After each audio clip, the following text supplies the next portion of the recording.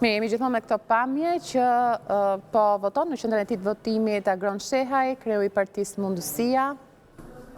Do të ndiqni edhe deklaratën për median pas pak. Kemi qenë me raportimet live, kudo ku ka detaj dhe informacione për incidentet mundshme, vonesë apo edhe parregullsi të shënuara. Ka patur një deklaratë apo mirë themi një konferencë për shtyp të Iliran Celibashit, kreu të KQZ-s, ka bërë përditësimin e të dhënave, por edhe gjithçka kanë shoqëruar procesin deri tani.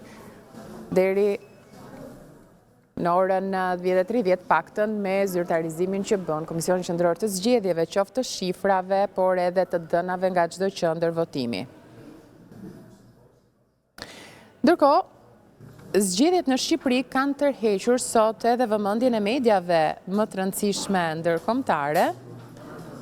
Socialistët favorizuar në zgjedhjet parlamentare të Shqipërisë është titulli i agjencisë gjermane të lajmeve DPA, për shembull. Partia Socialiste, kryeministri Rama konsiderohet si favoritja e qartë. Sondazhet e fundit të opinionit japin asaj deri në 49% votave, gjithmonë një prej mediave të huaja kjo.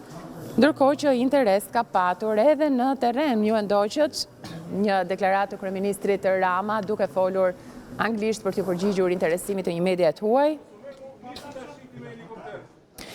Janë atashuar më shumë se 2000 vëzhgues të huaj dhe shqiptar. Mirë, ndjekim pak zotin Shehe më pas për të vijuar me informacion. Sot është një ditë e rëndësishme sepse sot kemi mundësinë të votojmë për të ardhmen. Sot dëgohet zëri qytetarëve. Për 4 vite të ardhshme pushteti nuk ka për të dëgjuar më qytetarët, kështu që prandaj është e rëndësishme që të votojmë për ndryshimin, të votojmë për të ardhmen.